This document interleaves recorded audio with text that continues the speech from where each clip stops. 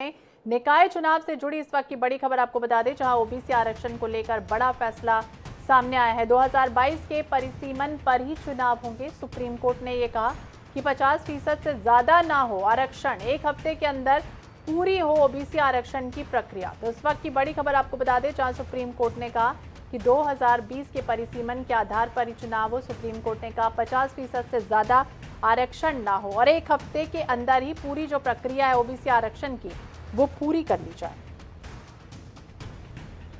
तो एक बड़ा फैसला सुप्रीम कोर्ट की तरफ से सामने आया है, जहां पर पंचायत चुनाव और नगरीय निकाय चुनावों को लेकर पहले कहा गया कि ओबीसी आरक्षण के बिना पंचायत चुनाव और नगरीय निकाय चुनाव हो। इसके बाद संशोधित याचिका मध्य प्रदेश सरकार ने दाखिल की और उसके बाद आज सुनवाई हुई और ये कहा गया कोर्ट की तरफ से 3 जजेस की बेंच ने ये बड़ा फैसला सुनाया है, जहां पर ये कहा गया है कि सुप्रीम कोर्ट ने कहा कि 50% से ज्यादा आरक्षण की प्रक्रिया जो है वो ना हो, यानी एक हफ्ते के अंदर पूरी हो जाए ओबीसी आरक्षण की प्रक्रिया।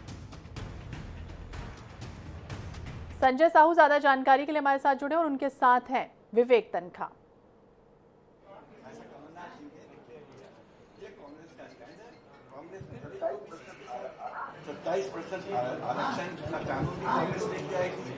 संजय, आप सुन पा रहे हैं हमें?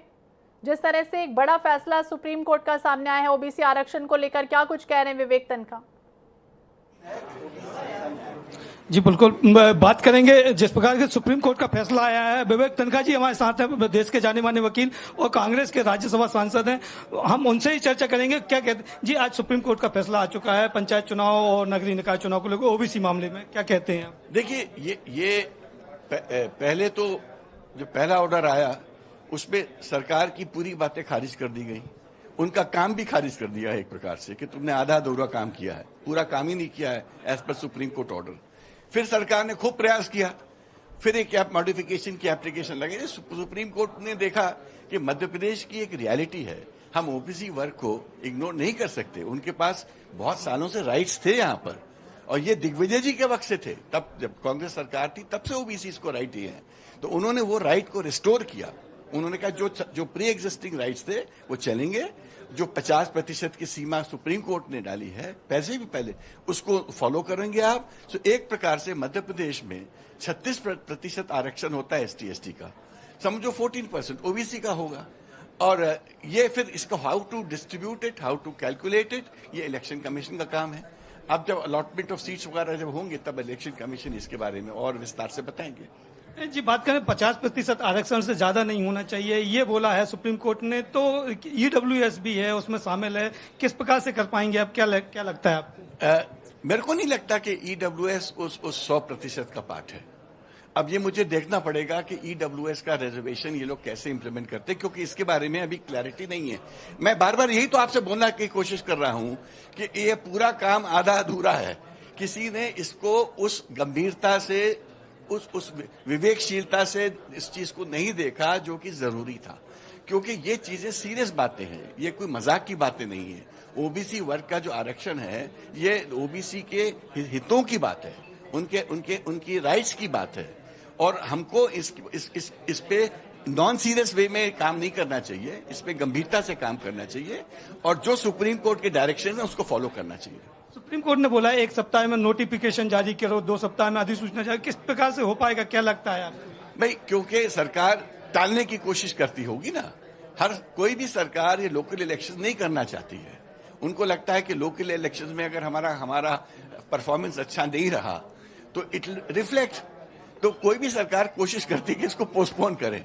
तो सुप्रीम कोर्ट का ये जो निर्णय है ये एक प्रकार से इस बात को भी दर्शाता है कि आगे ये जो इलेक्शंस होंगे लोकल बॉडीज के, जो कि एक संवैधानिक रिक्वायरमेंट है, जैसे एमपी और एमएलए के हैं, वो उनके कार्यकाल खत्म होते ही होंगे, पहले होंगे, जैसे हम एमपी एमएलए का होता है। सुप्रीम कोर्ट ने ये नजीर भी इस केस में दी है।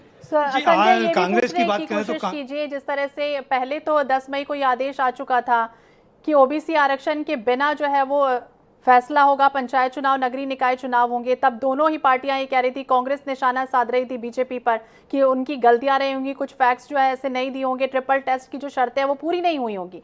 लेकिन अब फैसला आया है तो क्या कुछ कह रहे हैं विवेक तनखा? ओबीसी की बात पहले भी थी और आज भी है। आधी अधूरी काम हम लोग करते नहीं है। आधा अधूरा काम हमने बीजेपी के लिए छोड़ दिया है कि भैया आप अपना आधा अधूरा काम किया करो, कभी जीता करो, कभी हारा करो, फिर उसको बोलो कि हमारी जीत है। हम ऐसी जीत को जीत नहीं समझते और ऐसी जीत को बीजेपी अपना जीत समझ सकती है। बीजेपी लगातार आरोप लगा रही है, कांग्रेस राज्यसभा सांसद होने के नाते ये सवाल है कि बीजेपी लगातार आरोप लगा रही है कि कांग्रेस ने इसको फंसा दिया है। कांग्रेस ने कैसे फंसाया? काम आप ना करो, फंसाए हम। अरे भैया काम आपको करना था। ट्रिपल टेस्ट आपके लिए लिखा था, मेरे लिए नहीं लिखा था। 2 साल से आप सरकार में हो, ना तो ठीक से आप अपना डिलिमिटेशन कर पाते हो, ना ठीक से आप आरक्षण का काम कर पाते हो। सुप्रीम कोर्ट के फैसलों के बारे में आप कुछ कार्रवाई नहीं करते हो। तो अल्टीमेटली कोर्ट भी क्या करे? देखिए, कोर्ट ने भी एक प्रकार से मध्य प्रदेश सरकार को झटका दिया है। सच्चाई तो यह है, मध्य प्रदेश सरकार को एक अच्छा झटका दिया कि देखो, जब कोर्ट के जो फैसले होते हैं उनको सीरियसली लिया जाता है। और ठीक है, बाद में कुछ राहत दे दी, क्योंकि ये भी जरूरी था, क्योंकि अगर हम राहत नहीं देते तो इतना बड़ा चुनाव बिना ओबीसी के करना भी बड़ा मुश्किल था और इससे सोशल अनरेस्ट फैलती। तो सुप्रीम कोर्ट ने एक प्रकार से ये न्याय की जीत है। इन द सेंस उनको सुप्रीम कोर्ट ने ये भी बता दिया कि आपको चुनाव 5 साल में कराने पड़ेंगे। सुप्रीम कोर्ट ने यह भी बता दिया जो आप आरक्षण करोगे, आप हमारे जजमेंट को फॉलो करके वो आरक्षण करोगे। और तीसरी बार यह भी बता दिया आप इलेक्शन टाल नहीं सकते, आपको इलेक्शन कराना ही पड़ेगा और उसके लिए टाइम फिक्स कर दिया। कमलनाथ जी लगातार ये कह रहे हैं कि ईवीएम की जगह मतपत्र का उपयोग किया जाए, क्या लगता है आपको? देखिए, अगर बीजेपी ईवीएम को मैनिपुलेट नहीं करती है या ये चार्ज से वो बचना चाहती है तो बहुत सिंपल है, हाँ कह दें और वो लोग मतपत्र से चुनाव होंगे। अगर इसमें सबकी संतुष्टि है तो प्रजातंत्र में इससे बड़ी चीज क्या होती है? प्रजातंत्र में लोगों का ट्रस्ट इलेक्शन के सिस्टम में होना चाहिए। अगर लोगों को ईवीएम में ट्रस्ट नहीं है और आप उस सिस्टम से चुनाव कराना चाहते हो तो ये आपकी भूल होगी, क्योंकि आप चुनाव जरूर जीतोगे, ट्रस्ट नहीं जीतोगे। तो निश्चित ही जिस प्रकार की बात विवेक तनखा जी कह रहे थे, सब दर्शकों ने देखा कि स्पष्ट रूप से उन्होंने कहा कि ये सरकार के साथ सरकार को एक प्रकार से सुप्रीम कोर्ट ने जो है वो राहत सिर्फ दी है, बाकी कुछ किया नहीं।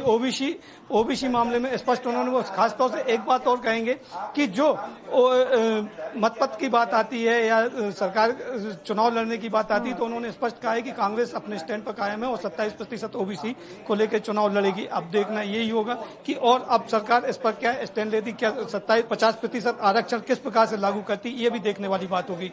संजय, ये भी समझना चाहेंगे 10 मई को आदेश आया था, सुप्रीम कोर्ट ने कहा था कि ओबीसी आरक्षण के बिना पंचायत चुनाव, नगरीय निकाय चुनाव होना है। ऐसे में कांग्रेस जो है वो लगातार आरोप लगा रही थी बीजेपी पर कि उनकी गलतियां रही होंगी, कुछ फैक्ट्स ऐसे हैं जो नहीं दिए गए, ट्रिपल टेस्ट की जो शर्तें हैं वो पूरी नहीं की गई। अब आ गया है आदेश, जो सुप्रीम सुनवाई है वो उसमें ये फैसला आया है कि ओबीसी के साथ होंगे। फिर क्या गलतियां दिख रही हैं, क्या कमी दिख रही है? कांग्रेस को लगातार आरोप अब लगा रही है, क्योंकि दोनों ही तो चाहते थे कि ओबीसी आरक्षण के साथ ही चुनाव की प्रक्रिया जो है वो हो।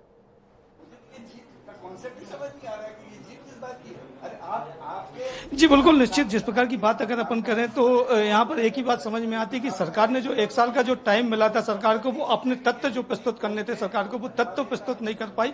और उसी की वजह जो है, जैसे ट्रिपल टेस्ट की बात कांग्रेस उठाती रही है, ट्रिपल टेस्ट जो होना था और जो रिपोर्ट प्रस्तुत होना थी वो ट्रिपल टेस्ट की रिपोर्ट सरकार प्रस्तुत नहीं कर पाई और उसी का खामियाजा जो है अब इन चुनावों में देखने को मिल रहा है। ये आरोप सीधे तौर पर कांग्रेस लगाती हुई नजर आ रही है। कांग्रेस का यह भी कहना है, जैसे विवेक तनखा जी कह रहे हैं कि जो उनके जो सलाहकार थे, जो पूर्व में उन्होंने कहा कि उनके जो सलाहकार थे वो अपने जो तथ्य हैं वो सही तरीके से लोगों के समक्ष नहीं सुप्रीम कोर्ट के समक्ष नहीं रख पाए और उसी का दुष्परिणाम ये हुआ कि सुप्रीम कोर्ट को ये कहना पड़ा कि ओबीसी के बगैर चुनाव करवाए जाएं, तत्काल चुनाव करवाए जाएं।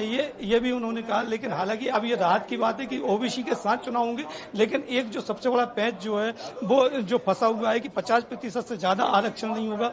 ये किस प्रकार से सरकार करेगी? चूंकि 36% आरक्षण जो है वो एससी और एसटी वर्ग के लिए, 14% आरक्षण जो है वो ओबीसी के लिए, ईडब्ल्यूएस की बात करें तो 10% का आरक्षण और 3% आरक्षण जो है वो दिव्यांग है, भूतपूर्व सैनिक है। इस प्रकार से कुल 63% का जो आरक्षण हो गया है, इसको अब वो किस प्रकार से मैनेज करेंगे, कैसे करेंगे, ये बड़ी देखने की बात होगी और इस पर किस प्रकार से इम्प्लीमेंटेशन किया जाता है। बिल्कुल, एससी एसटी वर्ग भी एक तरफ है, उनको भी आरक्षण देना है और खासतौर से सुप्रीम कोर्ट ने कह दिया कि 50% आरक्षण जो है वो ना हो, उससे ज्यादा ना हो। तो ऐसे में किस तरह की चुनौतियां सामने आएंगी? क्योंकि कई ऐसे क्षेत्र हैं हैं, ओबीसी जहां पर बाहुल इलाका है, कई ऐसे क्षेत्र हैं जहां पर हालांकि ओबीसी वर्ग कम हो, उनके लिए तो कुछ नहीं है, लेकिन जहां पर ओबीसी बाहुल इलाका ज्यादा है, ऐसे में कितनी चुनौतियां बढ़ जाएंगी सरकार के सामने?